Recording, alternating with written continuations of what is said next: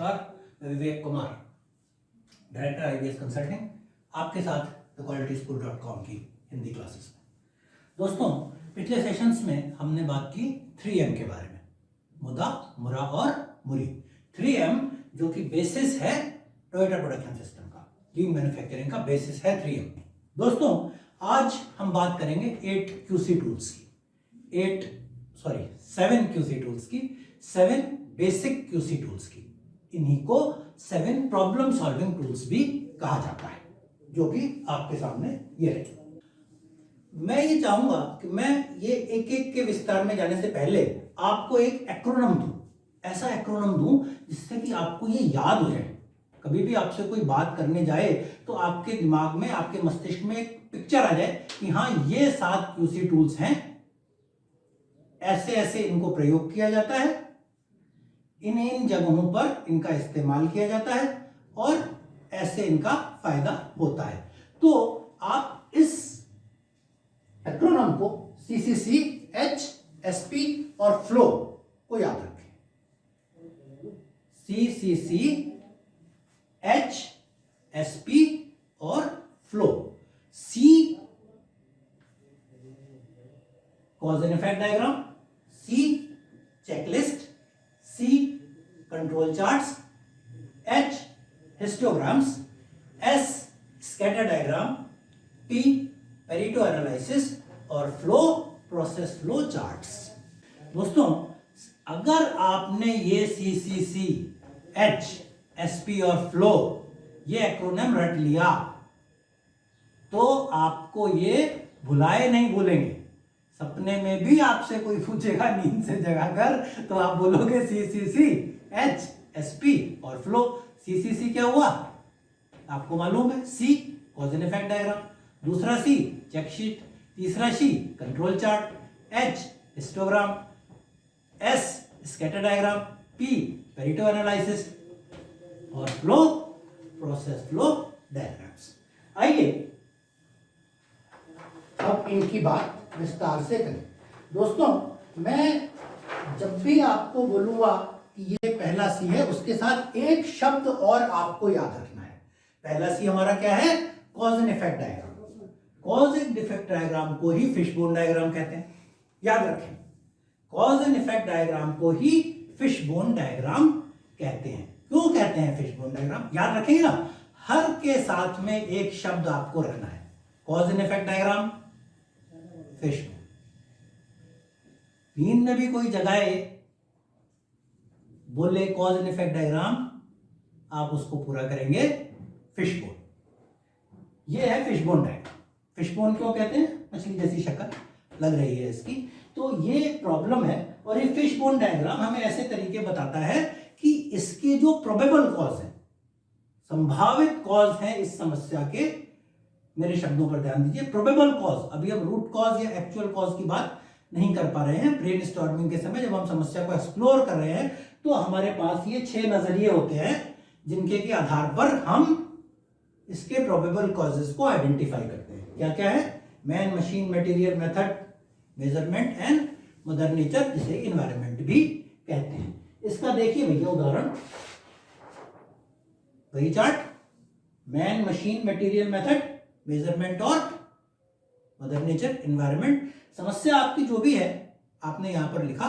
फिर हमने जब उसके बारे में सोचना शुरू किया तो हमें पता चला कि मैन, क्या क्या समस्या हो सकती है मैन में, ट्रेनिंग नहीं है, डिसिप्लिन नहीं है, उदाहरण के लिए जो यहाँ पर इस पे मैंने प्लॉट किए हैं। मटेरियल के बारे में क्या समस्या हो सकती है, इनकमिंग इंस्पेक्शन नहीं हो रहा है, स्पेसिफिकेशन क्लियर नहीं है, मटेरियल आता है स्पेसिफिकेशन के आउट है, या मटेरियल जो हमने चुना है डिजाइन के समय वही हमने गलत चुन लिया है। इसी तरह से मेजरमेंट के बारे में क्या समस्या हो सकती है, मेजरमेंट के हमारे पास जो इक्विपमेंट है वो कैलिब्रेटेड नहीं है। अभी हम प्रायः देखते हैं कि इस कोरोना के बारे में टेस्टिंग हो रही है तो एक थर्मामीटर उसको बताता है कि टेम्परेचर ठीक है बुखार इस आदमी का, दूसरा टेम्परेचर बताता है कि ठीक नहीं है। ये मेजरमेंट की समस्या हुई। इसी प्रकार से अगर हमने मेजरमेंट की लीस्ट काउंट के हिसाब से जो हमें चाहिए वैसा हमने इक्विपमेंट ही नहीं दिया तो उसको नाप ही नहीं पाता, यानी कि नापता है वो 1-1 mm में और हम बात कर रहे हैं चौथाई mm की। ये मेजरमेंट की समस्या है। तो ये इसी प्रकार से समस्या है, चाहे मैन की हो, मटेरियल की हो, मशीन की हो, मशीन हीट अप हो रही है, मशीन में ज़्यादा वाइब्रेशन है, मशीन का जो आउटपुट है उसका स्प्रेड बहुत ज़्यादा है, इस प्रकार से, या मदर नेचर में कोई प्रॉब्लम है कि बहुत एक्सेसिव वेरिएशन अचानक से मॉइस्चर कंटेंट के, टेम्परेचर के हो जा रहे हैं जो कि हमारे काबू से बाहर है, ये सब समस्याओं के कारण हो सकते हैं। कॉज एंड इफेक्ट डायग्राम, और हमें सरलता से सोचने के लिए, स्ट्रक्चर्ड मेथड में सोचने के लिए ये डायग्राम दिया गया है।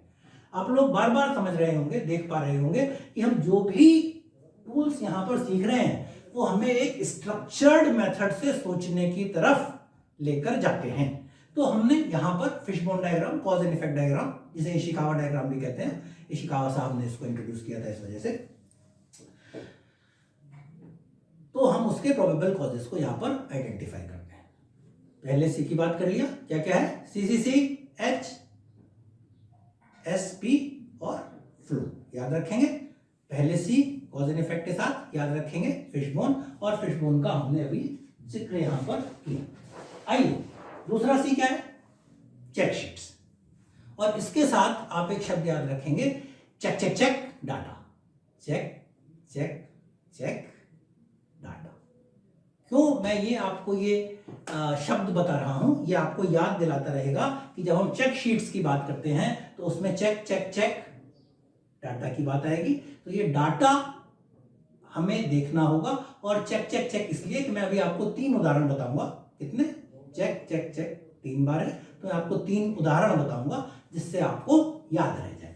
पहला उदाहरण चेक शीट का है।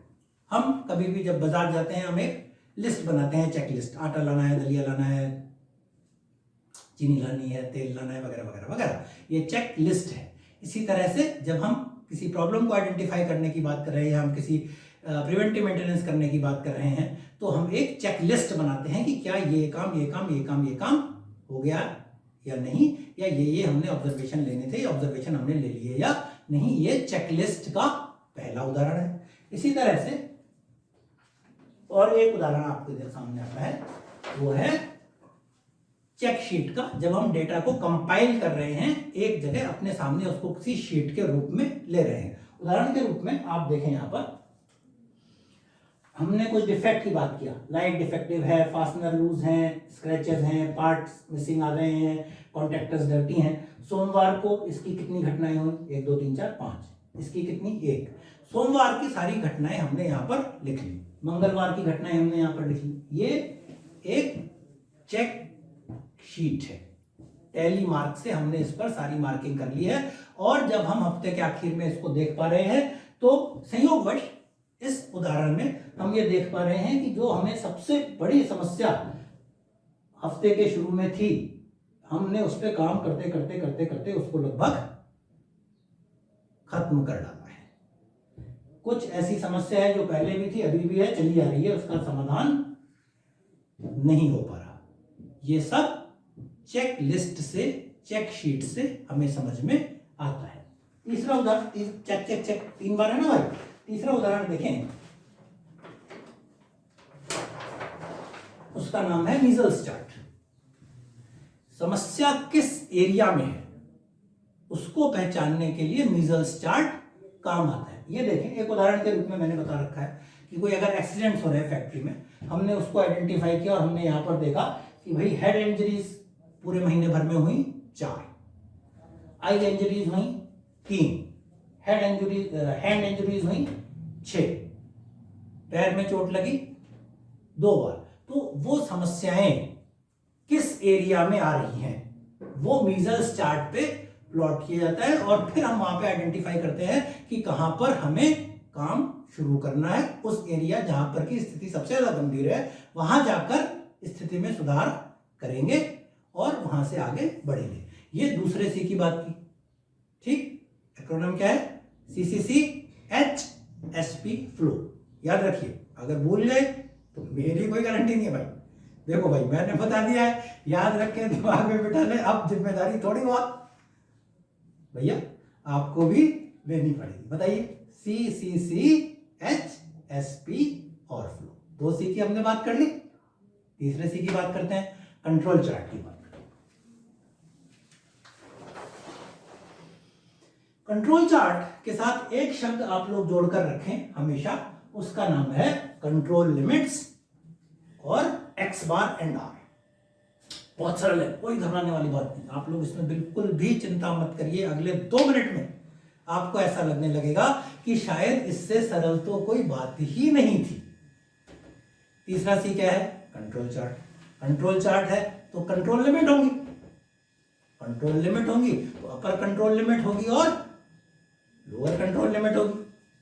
सरल है बिल्कुल, ठीक। और एक्स सबसे ज्यादा जो प्रसिद्ध है, पॉपुलर है, वो है एक्स बार और आर पे इसको लागू किया जाता है। तो एक चार्ट बना हुआ है हमारा एक्स बार का, एक्स बार कैसे मूव हो रहा है, और एक चार्ट हमारा बना हुआ है आर का, आर कैसे मूव हो रहा है। अब प्रश्न ये उठता है कि एक्स बार क्या और आर क्या? आर है रेंज और एक्स बार है, आप सब लोग गणित पढ़ते ही, एक्स बार इज एवरेज। अब थोड़ा सा इसके विस्तार में जाएंगे, उससे पहले मैं चाहूंगा कि आप लोगों को यह समझ में आ जाए कि हम किसकी बात कर रहे हैं। हम कंट्रोल चार्ट्स की बात कर रहे हैं। कंट्रोल चार्ट्स में कंट्रोल लिमिट होती है और वो एक्स बार और आर के ऊपर, यानी कि जो हमारे आउटपुट आ रहा है क्या वो हम जो कंट्रोल अचीव करना चाह रहे हैं उसके अंदर में है या नहीं। अब उदाहरण के लिए हमने एक सैंपल लिया 10 बजे, उसमें ऑब्जर्वेशन आया 5, 4, 2, 3 और 5। ये पहला सबसेट है।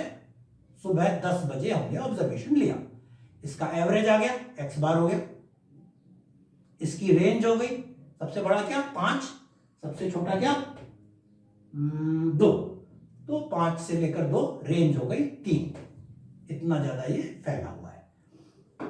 ये ऑब्जर्वेशन कितने बजे गए? 10 बजे का। 11 बजे गए, 11 बजे में हमने 5 रीडिंग ली, ये 5 रीडिंग आ गई उदाहरण के लिए 4, 5, 4, 4 और 3। एवरेज एक्स बार क्या हुआ उदाहरण के लिए फिर 4, और रेंज क्या हुई? सबसे बड़ा है 5, सबसे छोटा है 3, तो रेंज रह गई 2। पहले में क्या था? रेंज थी 3, सबसे छोटी ऑब्जर्वेशन की थी 2, तो रेंज हो गई थी उसमें 3। 5 में से 2 घटाया तो 3 आ गई। इसमें 5 में से कितना घटाया? सबसे छोटी वैल्यू 3, तो रेंज आ गई 2। इस वाले सैंपल की जिसमें कि 5 ऑब्जर्वेशन है, एक्स बार है 4 और रेंज है 3। 11 बजे लिया, इसका एक्स बार है 4 और रेंज है 2। इस तरह से हमने 12 बजे लिया, 1 बजे लिया, 2 बजे लिया, 3 बजे लिया, 4 बजे लिया, लेते ही जा रहे हैं। और इसको हम जब चार्ट पे प्लॉट कर देंगे तो हम एक्स बार का मूवमेंट देखेंगे, एक्स बार कैसे चल रहा है, और हम आर का मूवमेंट देखेंगे कैसे चल रहा है। ये हमने कंट्रोल लिमिट्स इसके ऊपर प्लॉट कर रखी हैं। क्या ये कंट्रोल लिमिट्स के अंदर है? कोई चिंता वाली बात नहीं। अगर ये कंट्रोल लिमिट्स के बाहर है तो कोई एक्शन लेने की आवश्यकता है। ये सबसे सरल बात हुई। थोड़ी सी इसमें बारीकी भी है।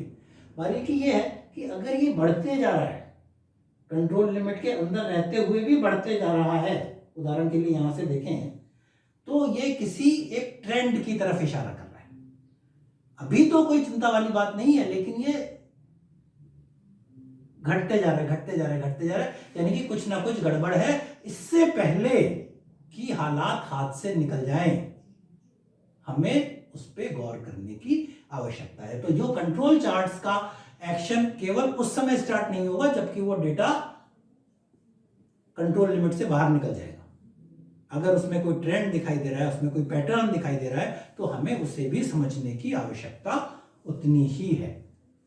दोस्तों 2 मिनट पहले 3 मिनट पहले मैंने आपसे कहा था कि आप लोगों को लगेगा कि बहुत सरल है ना? सरल। Control limits, upper control limit होगा, लोअर कंट्रोल लिमिट होगा। किस पे प्लॉट कर रहे हैं? एक्स बार पे और आर पे। उसके मूवमेंट को प्लॉट कर रहे हैं, कंट्रोल लिमिट के अंदर है तो बड़ी खुशी की बात, नहीं है तो लाओ भैया इस पे कुछ काम करें। ठीक,